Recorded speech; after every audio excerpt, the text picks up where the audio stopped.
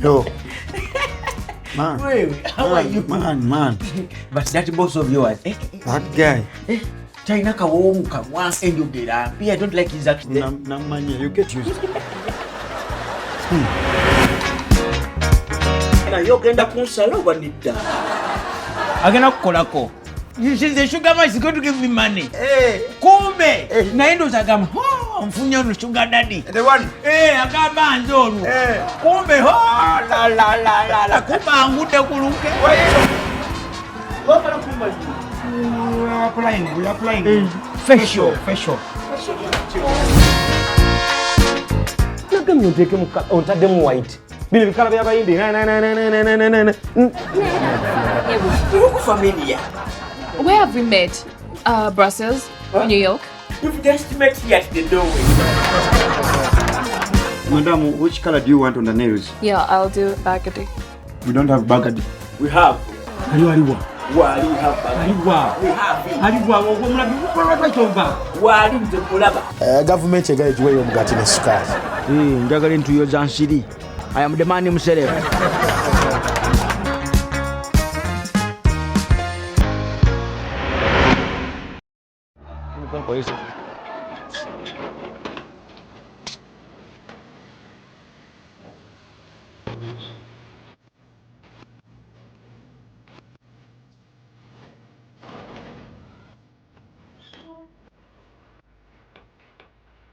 I'm going to do the manicure.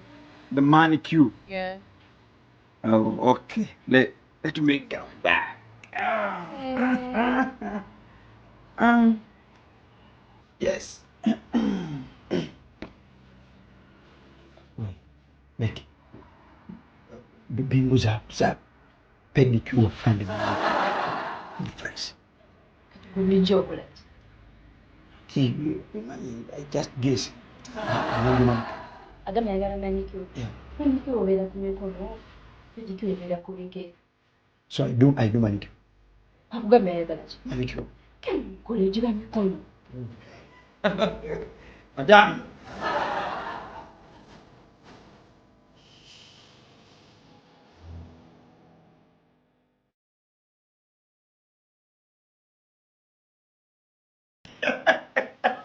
Madam. Yeah, I'm back. Feel at home. Feel okay. You can take pictures. You post them anywhere. Yeah, because we want marketing also.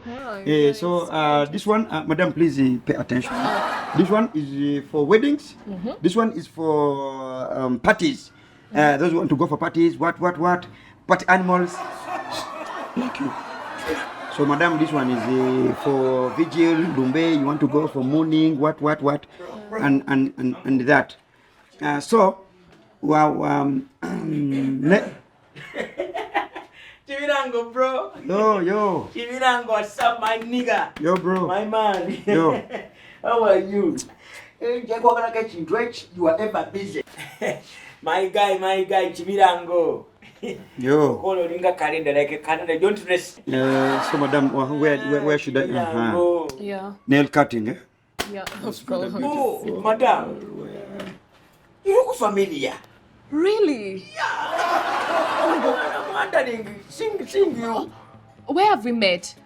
Brussels, New York, Boston, No. South Carolina, No. Texas, No. Sweden. Have you been to the UK? No. Again, no. Wales?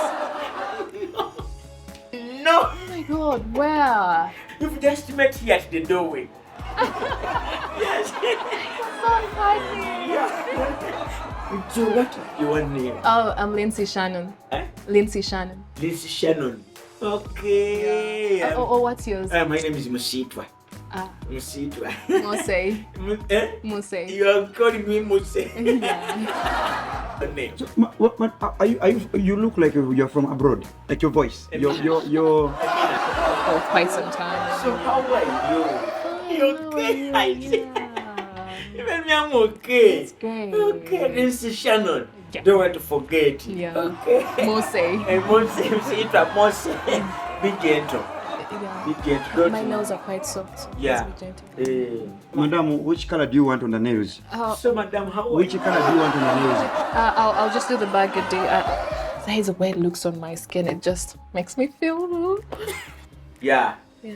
Bagadi. Yeah, I'll do Bagadi. No. We don't have Bagadi. We have. What? We have Bagadi. Aliwa. Wali we have Bagadi. Aliwa. We have it. Aliwa.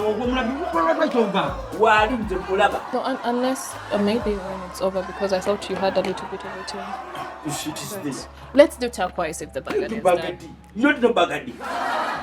That you have 1, 2, 3, 4, That 5 one- bottles of That's turquoise. it. Where are you going? You sit and do taco white. She wants it good, that one. You taco white. Yeah. Madam, elaborate what is taco white. It is good. I know it. Okay. Yeah, I have seen it. Give it to me. It is here. Don't you see good? Auntie Kampe. Here. Kariwa. Kako. Gutoka laba. Chibira ngone. See you. Not that time. No, That is the Polish. So you want to taco white? Yeah. Let me leave you to do it taco white so you. As I handle my customers also. Okay, I'll see you, my On the way. Yeah. This is Shannon. Yeah, Lindsay Shannon. Msiitwa. Mose. Somebody. You do taco white. Bro. You overdid this one.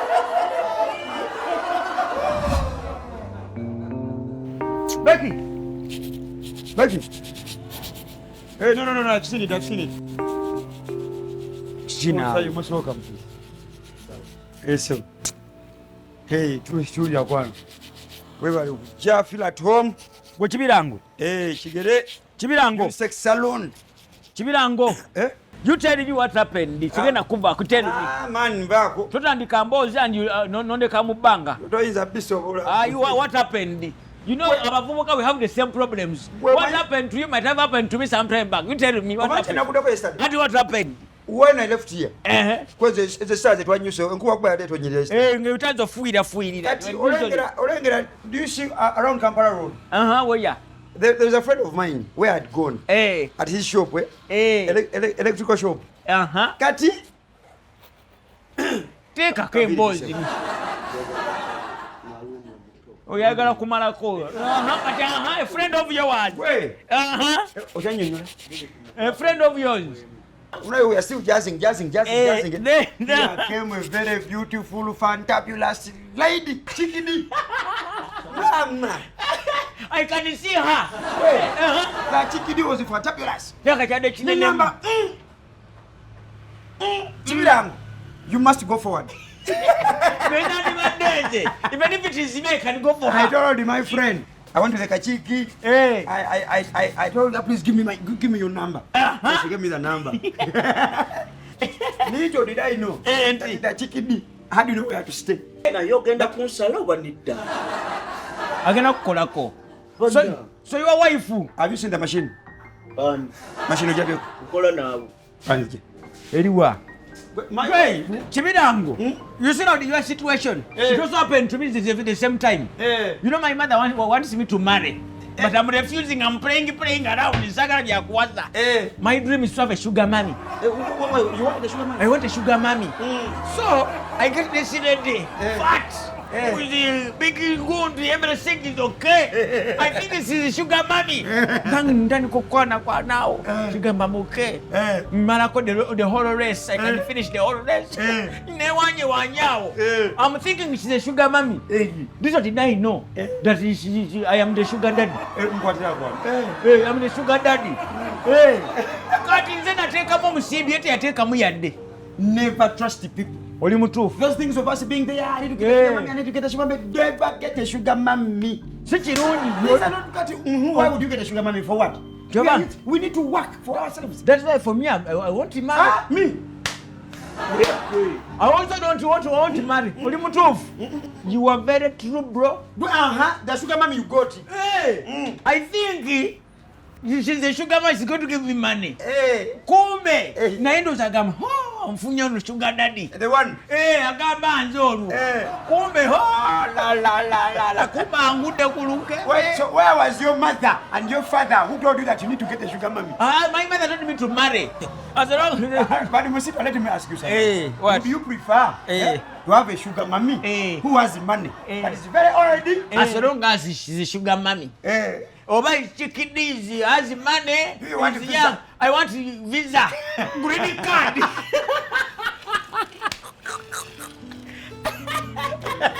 Green card. The only time.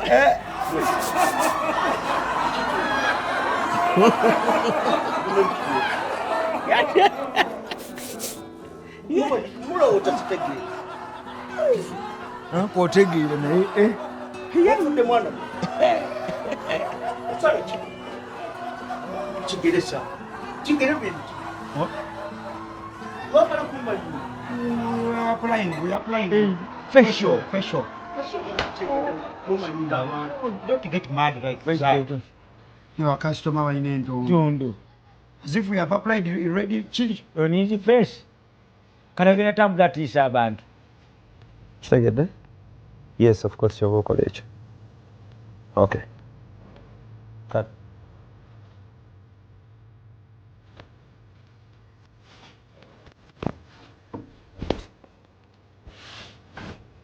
Mbadde nkyakumaliriza. Kiki? Nagamye ontaddemu white. Oŋŋambye enviiri zisiiga. Nabadde ntegeeza onteekemu black. Nabadde sitegeeza nti onteekemu white mazima gaakatona mugulu. Gwe bw'ontunuulidde ondabye nkufaananira omuyimbi. Bino bikala by'abayimbi. Naye era tofaananye bubi. Okola wano muwala. Iye. N'onteekamu white ono. Ani atwala ekifo kino? Nze. Ani?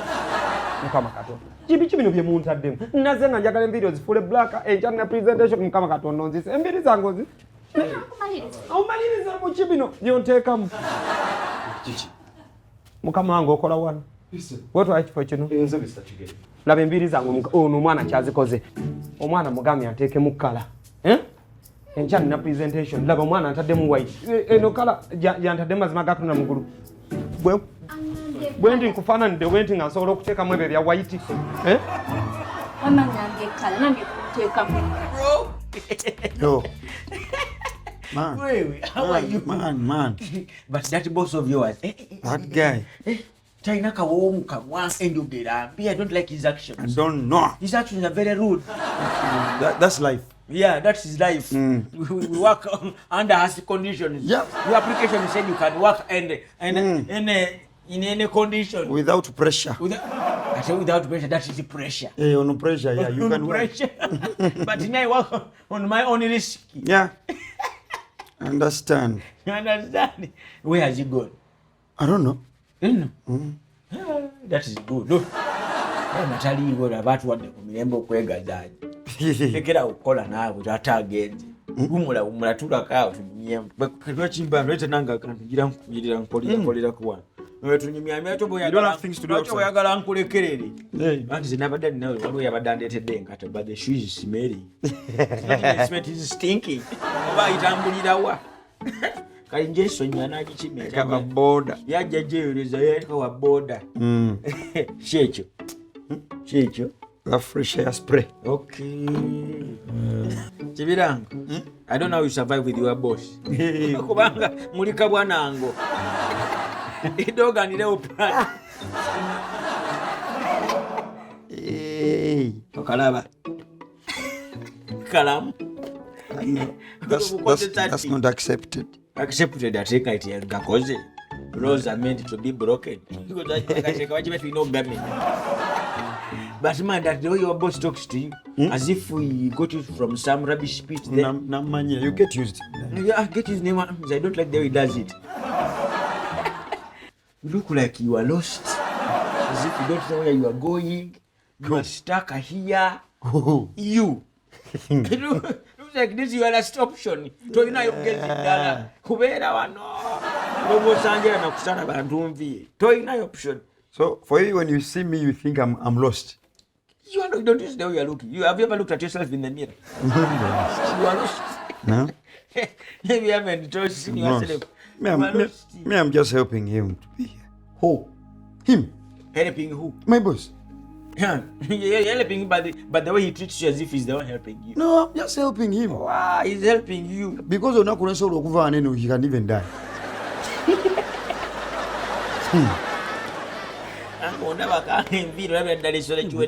Do you know me? He dies from what? No, do you know me? Yeah, I know you, Chibidango. have you ever seen people talking about those mad guys that they can be security guys? Hey, we don't speak, we don't talk.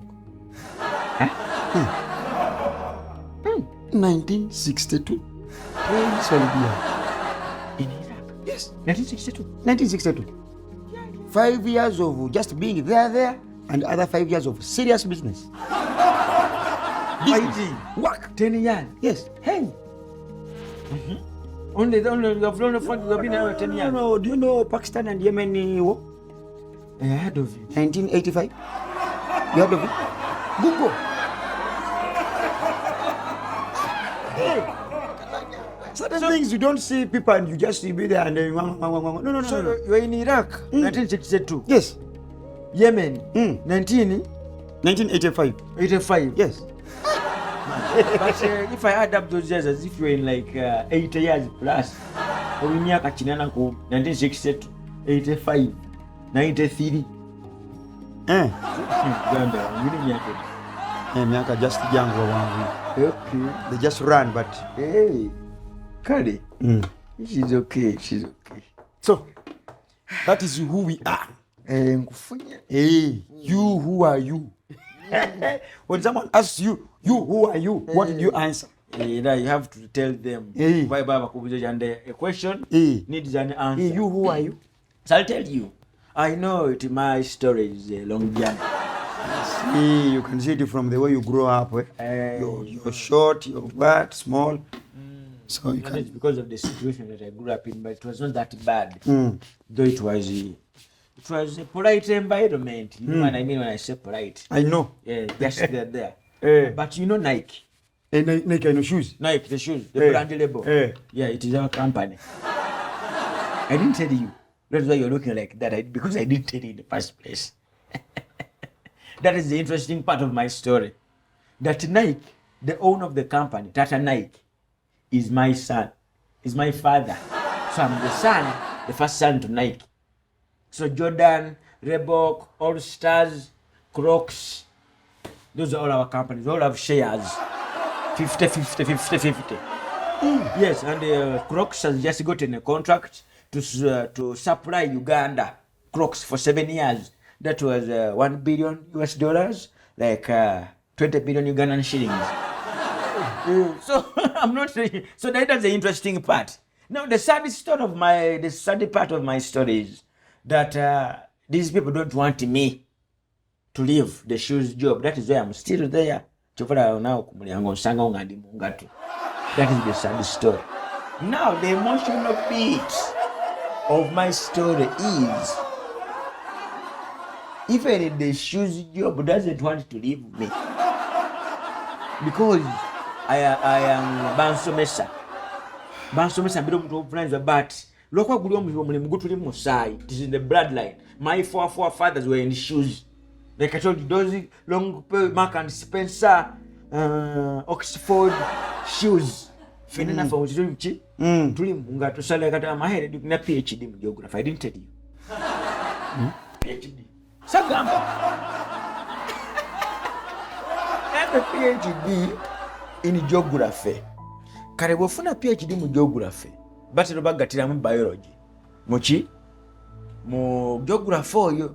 Kare twasoma PhD bigamba mu biology oyo wa geography that the backbone is at the front and the vertebral column is at the back. So the only way I can move out from this shoes job is to stay in it. That is the pain you get to muntu atandika kulima nozochiuli batozo mpamata kale kulima iwanimbye muli wa majoli zandika shi ube wakundemu wote wanza mswanya na lwana ndi 62 akwe kumaje mswanya gende Yemen What? You had me. but that ain't enough. Godo mfunye. Nena ngonza silika. Ebyo nno byebya. Abadde ina akatalekeka. Kodi. Linda ko. Ndi muganda wa Yesu. Hey, I'm a brother to Jesus. even me, I'm related to Judas Iscariot.